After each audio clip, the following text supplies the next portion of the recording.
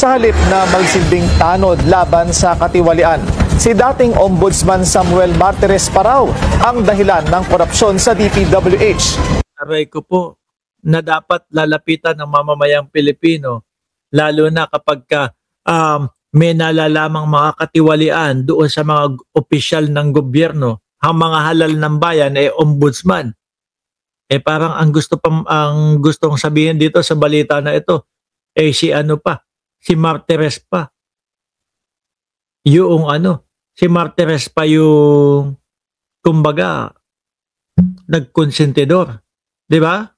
Ayon sa source na kusang lumapit sa Billionaire News Channel, matagal na nilang inireklamo ang bulsahan ng kontrata ng mga kongresista pero hindi raw sila pinansin.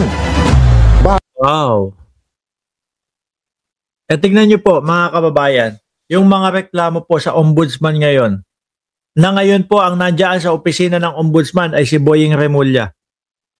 Lahat binibigyan ng pansin. Kung maalala niyo po, may interview si Boying Remulla na sinasabi, merong mga isinampang kaso si Trillanes dati na hindi niya makita doon sa opisina ng ombudsman. No?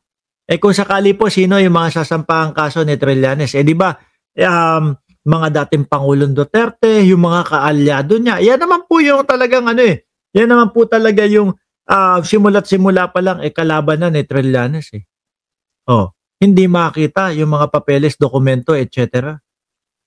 Ngayon, ang tanong doon, baka hindi naman isinampa. Baka itinago lang.